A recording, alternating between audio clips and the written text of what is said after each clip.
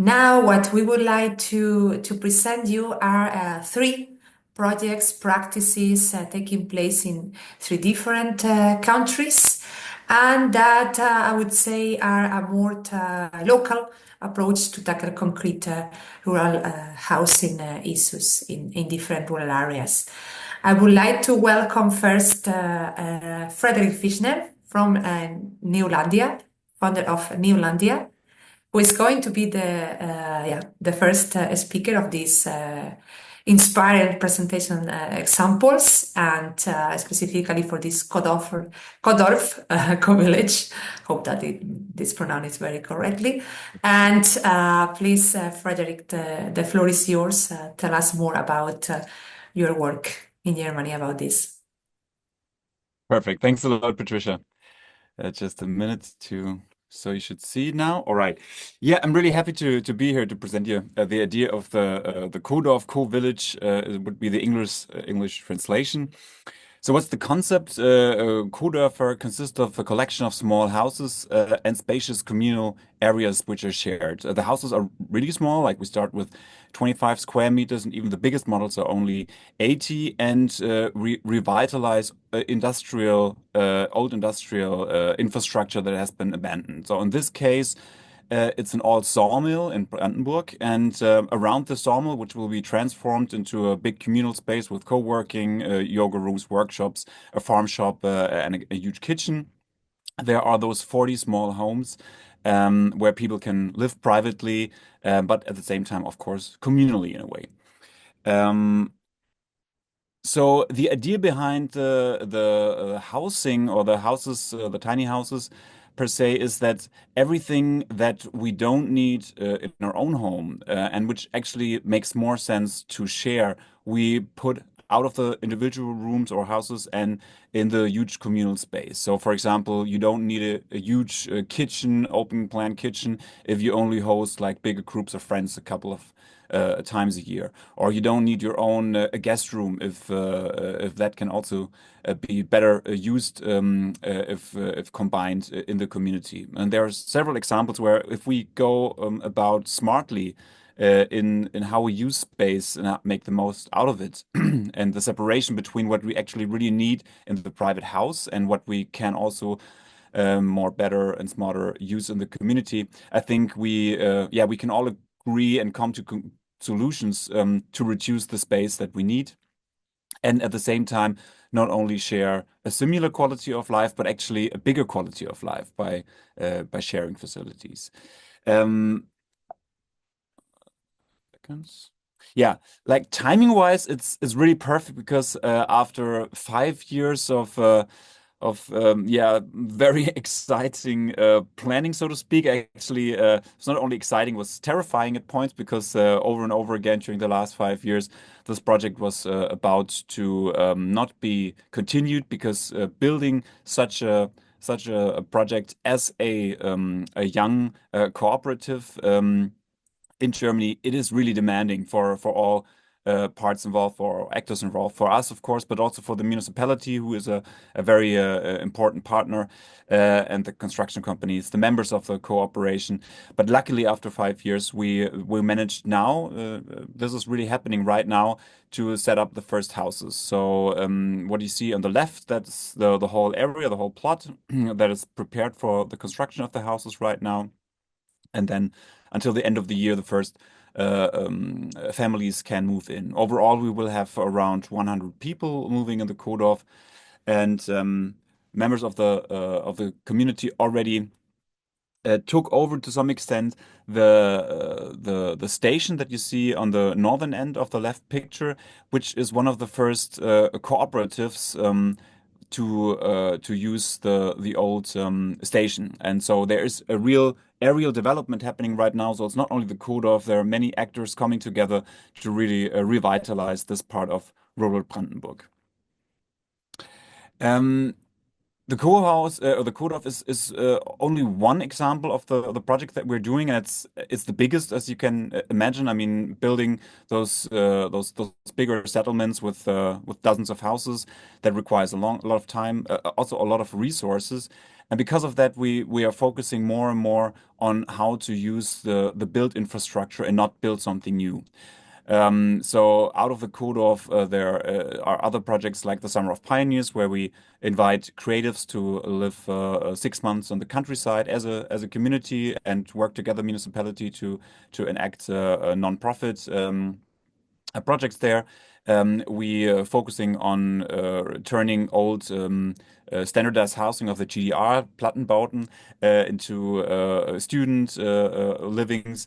And the next focus will be to set up a European network of one-family homes that under the roof of a European housing cooperative then will be transformed into multifamily homes and will be energy improved, will be more energy efficient.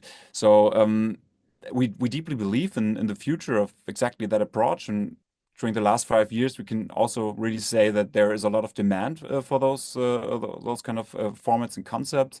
And we would really love to see the scale on a European level, because we see the big potential is not only to reduce vacancies and solve the housing crisis, but when we go about this the right way, we could also at the same time reduce the loneliness crisis, foster a community, and thereby also tackle a huge risk for the democracy that we're facing right now. So I'm really happy for everyone who wants to be a part of this or has similar ideas to get in touch.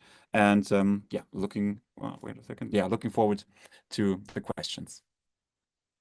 Thank you very much, Frederik, for presenting this model, an alternative solution we were busy speaking about, that you said renovation of vacant houses, but there are also other solutions. We are going to have a particular group on community-led solutions, and you mentioned also that you are working on this European network on one-family houses, and that is going to be a very interesting point and theme for the later debate. There are no questions so far from you. The link about the initiative is in the chat if anybody wants to check out it better and come up with questions later. So in the meantime, I will move to the second panelist, to the two second panelists, which is José Ospina and Ana Ospina for the Carbery Housing Association. Good morning, José, and good morning, Ana. Thank you very much for being here, and looking forward to hear what you have to say about the work you've been doing now for a number of decades about renovation and revitalisation of houses in County Cork. Good morning. Thank you.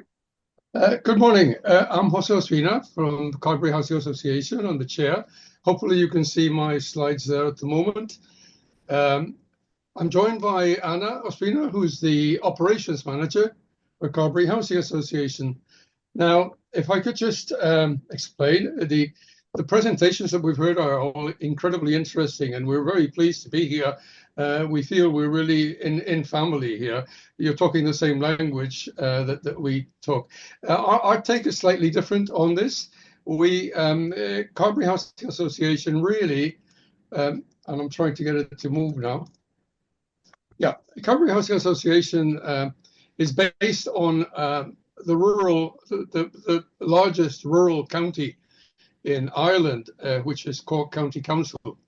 Now, Ireland is a predominantly rural country anyway. Cork is one of the largest rural county in the area. And we are based in a small town, which is down here almost right at the end, called Skibbereen. It's unusual to have a housing association based in a small town. We must be one of the few. The town has actually a population of about 3,000, well, less than that actually. And it was set up, we were set up in 2001.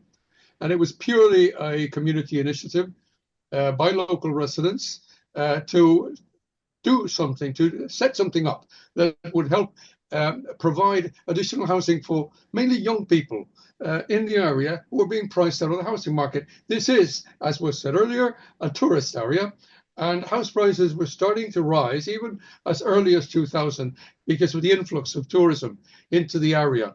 So really the main concern was, how do we provide housing that our young people and key workers in the area can actually afford? And we didn't feel, it wasn't felt that there was enough being done by the local authorities. So the idea was to set up a housing association. Now, there is a provision for community or nationally or regionally based housing associations being set up in Ireland. It's called the Approved Housing Body framework. And essentially, if you register and you qualify and you have a board, you become a registered approved housing body. So our small group of rural dwellers registered an approved housing body. It's got charitable status. And we began the work of trying to develop local housing projects. Now, at the moment, we have one part-time employee. That's our operations manager, Anna. And we try to be as active as possible in national planning and strategy development locally.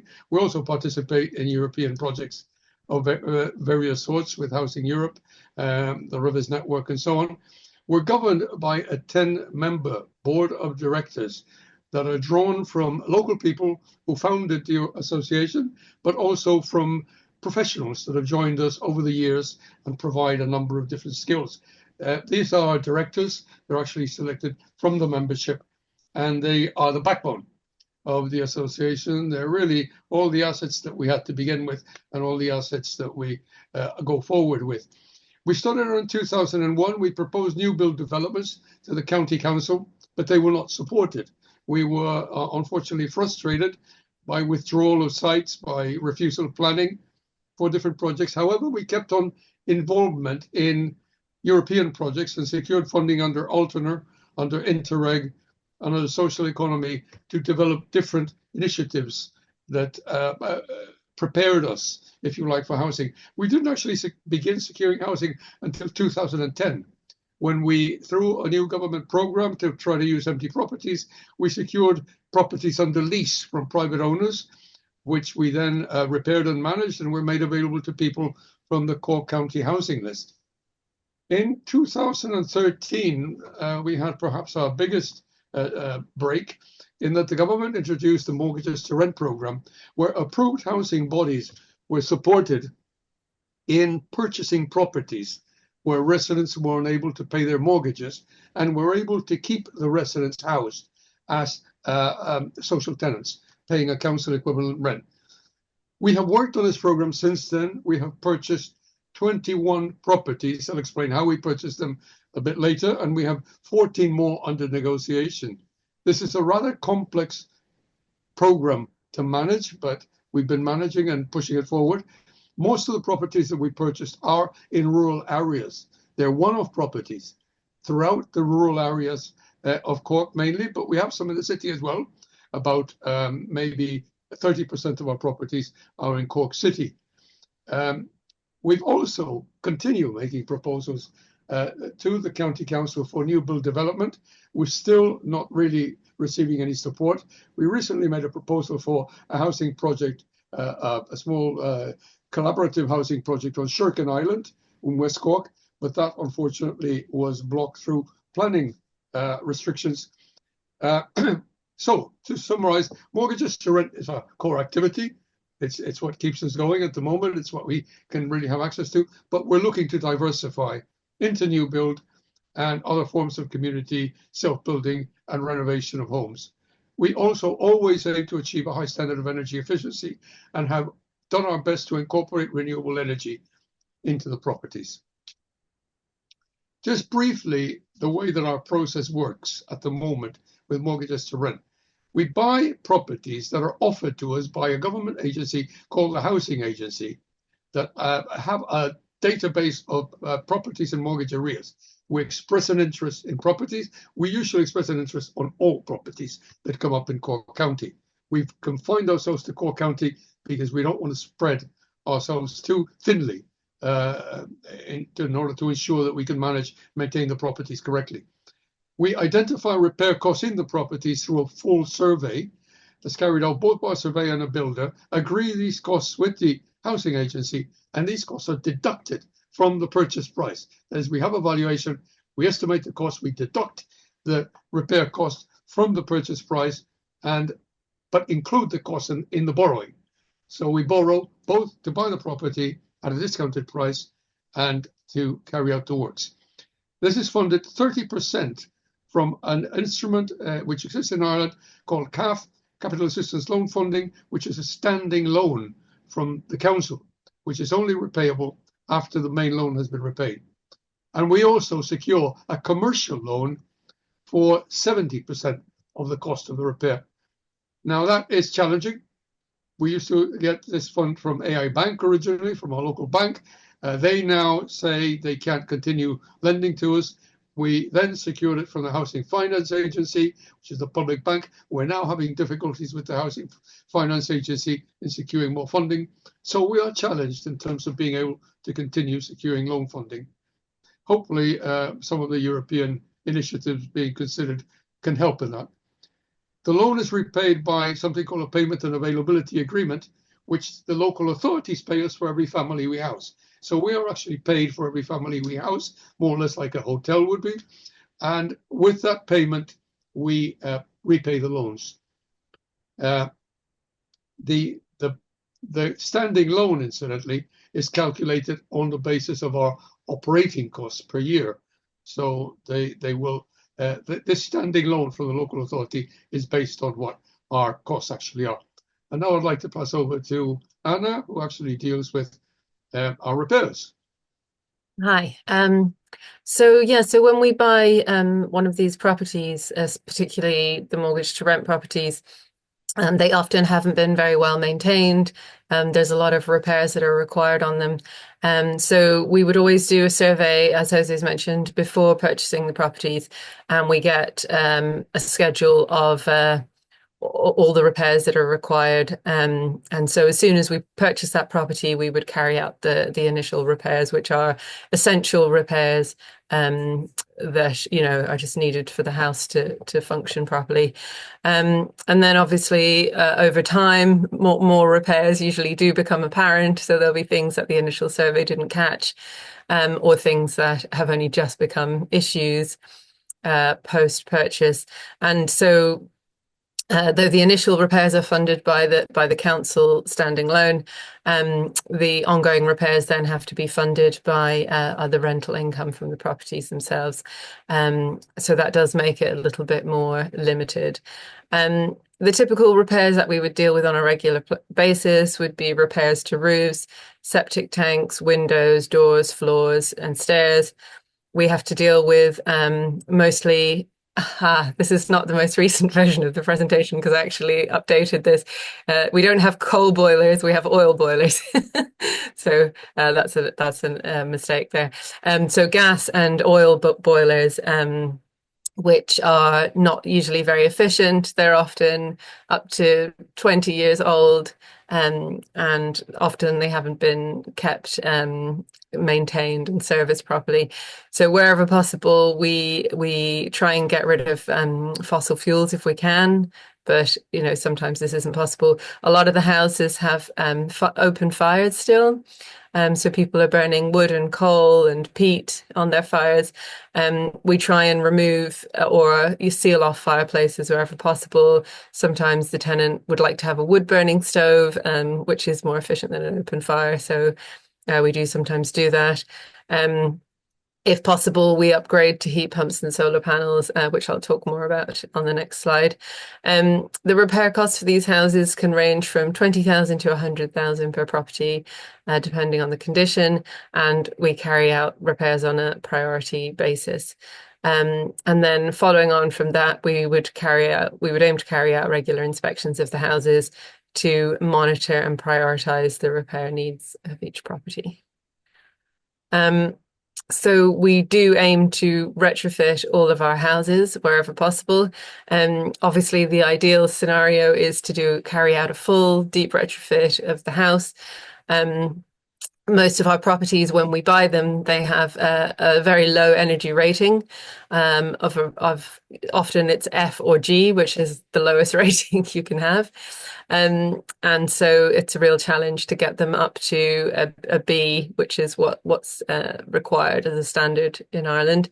Many of our residents are in energy poverty, which we found out when we participated in a study with University College Cork, the Clean Energy Department. Sorry, I can't remember what that acronym stands for.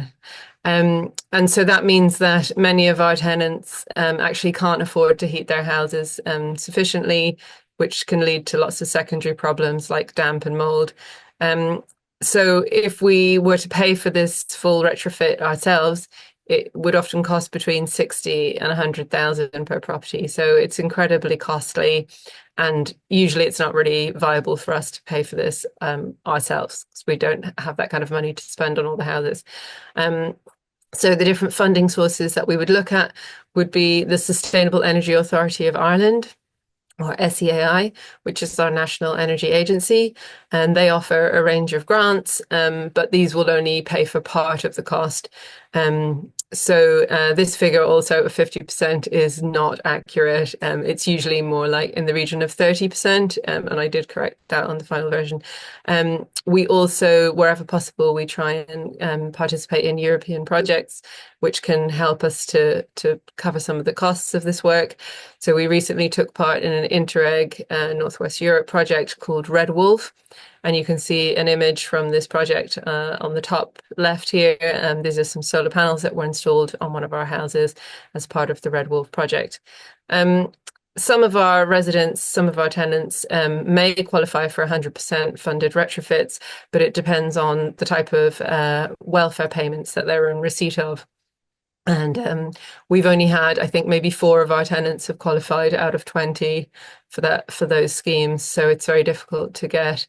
And in terms of the rest of the funding, so if we get 30% from SEAI, we have to find match funding ourselves, usually from residents' rents, but sometimes also from loans that we would have to take out to cover the costs. Anna, 1 minute, please, if you can wrap up. I'm finished, yep. Just a final one. This is a lot of information here. As you can see, we've got, housing associations have a very key role in Ireland's social housing development at the moment. But most of the housing associations in Ireland are focused on cities and major towns. Very few housing associations really develop in rural areas because there's no economies of scale. Most of the land plots available are quite large. There's no really support, there's no basis for housing associations having a lot of activity in rural areas.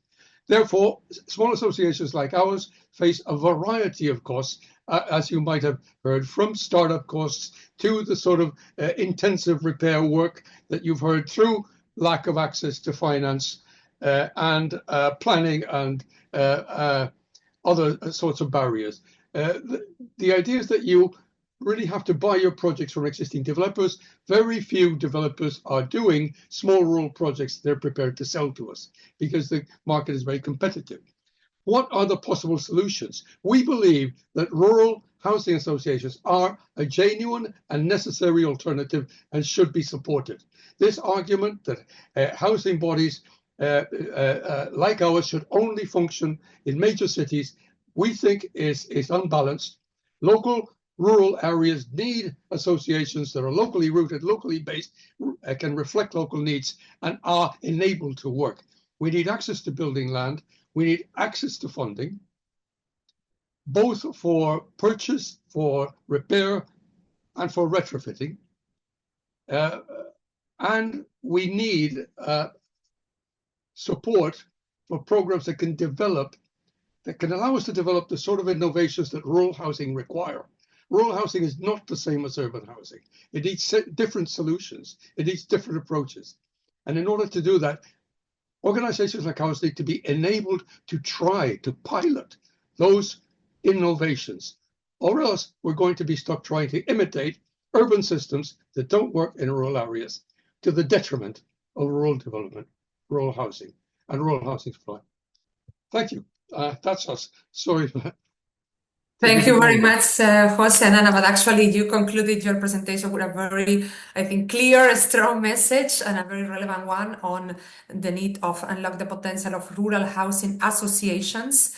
And actually there are some comments, questions in the chat around the difficulties on accessing the bank's loan.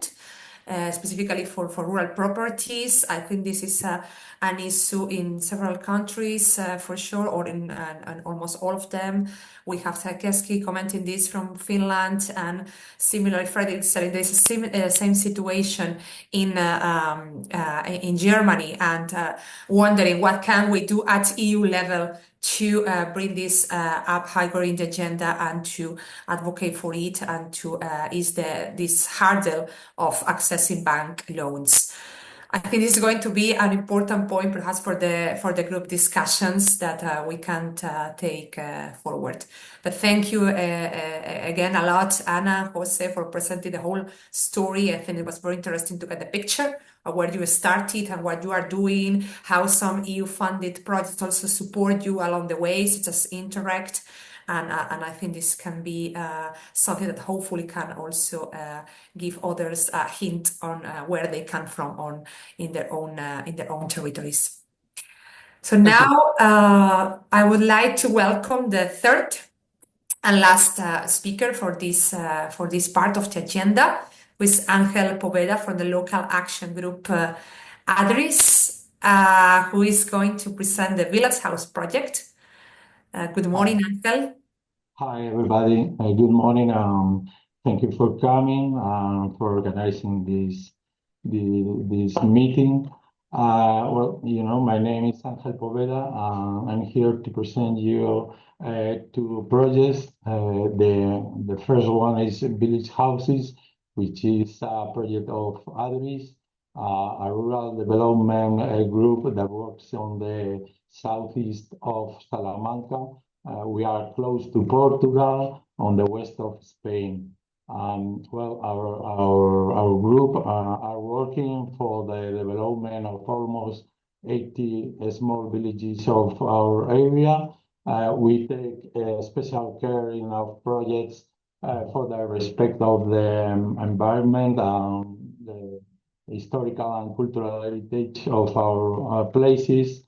The first of our projects I want to talk to you about is centered in our problem with housing.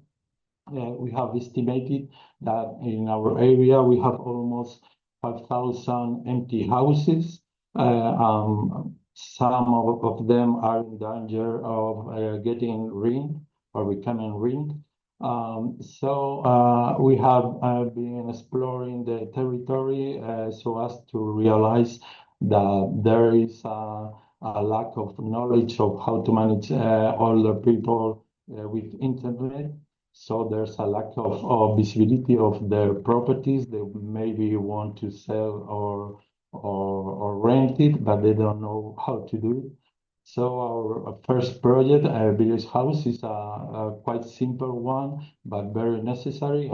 We have started from September of the past year, 2024.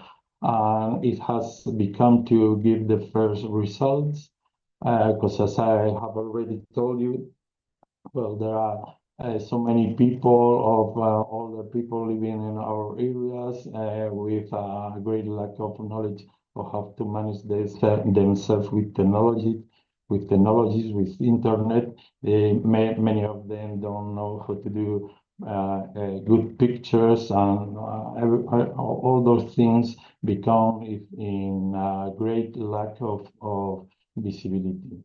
So we have many people that maybe they are interested in coming here to live in our area, or maybe they would like to start a working project, or coming here to get a job, but they don't find easily a house to live there because they have no visibility on internet. So the only way they can find the places is if they are walking through the street and they saw the advertisement on the window of the houses. Well, that's why there are so many empty houses and so few sold ones. So what we do is an IC project that I want to show you. Please, can you show us the next slide, please? So the project is quite simple. We manage ourselves to arrange visits with the mayors of each village, and so at the first hour of the morning, we met them on the major houses, and so people of the village can come here and get an interview with me to tell me what they want to sell or to rent. I take notice of it, and then we go to take pictures of the properties. Then after having all those meetings, we also have the mayor and I take a walk through the village to discover other possible houses or other properties who maybe could be on rented or on sale. Later on, I will phone them to propose to be shown on our advertisement. So we build 3 ways to show those advertisements. 2 of them are on social networks. Another one on our website that we have especially created for that project.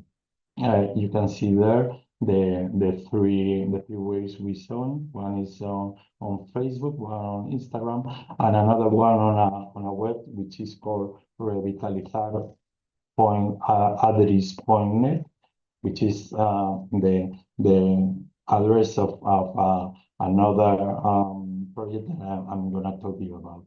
I would like to point on Facebook because we have seen that it's a good tool to show our properties. But most of the people who use Facebook are middle ages or people that can afford buying properties. So as we can see in the next slide, please, we can see that we've been working, as I told you before, from September 2024. We have visited nowadays 45 villages of our 80 villages we're working on. We have announced properties in 47 locations. We have discovered 144 homes that have not been previously sold up on internet, 29 plots, 29 stables and barns, 40 warehouses, and 65 country lands that were not on internet before. So right now, from these 5 months, it's the first time that people from other cities not so close to Salamanca, the people have seen that there are more empty houses or other kind of properties that they can be interested, like people from Madrid, Valladolid, or Bilbao. Many of them have started asking us because they are interested in buying and getting in touch with the owners. Most of those properties are offered for sale, although there are some for rent. One of the most evident problems that we have are the elder people in our area have a lack of confidence on people who are not from their own town. So it's a very patient program, and that we hope that it will show up best results on the next months when they become more confident with us. 1 minute, please, Ángel. Yeah. Sorry, if you can wrap up in 1 minute, please. Well, as you can see, we have many views. That's because we have put the advertisement in focus groups on internet. We have almost 300,000 members of each one. And the last thing I want to say, I want to say you is that this project is connected with another one on the next slide, which is called Revitalisation, in which project we also announce houses, but also give courses. We also offer business plans and give advice, and we also offer our aid to the people who want to come to work to our areas. And we also make a social network to connect people with the people who are already living on the territory, so as to make things easier. So that's all. Thank you very much, Ángel. As you said, you started with a simple project, but it has translated into a lot of results, going to the ground, speaking with the people, seeing what can be done, considering the digital divide of those that don't have internet access or skills, and how to support them, and then how this initiative has been translated into something bigger, this Revitalize project that has not only now tackling rural housing, but also employment, entrepreneurship, social, cultural aspect. That is also some comments that are going around in the chat. There is also like some congratulations message for you for the achievements, and I see that everybody is like networking already, sharing resources, links to existing reports, data, projects, questions, and what can we do at EU level. So now, hopefully, and thanks again, Ángel, José, Anna, and Frederik for telling us a bit of what all that you are doing on the ground to boost rural housing.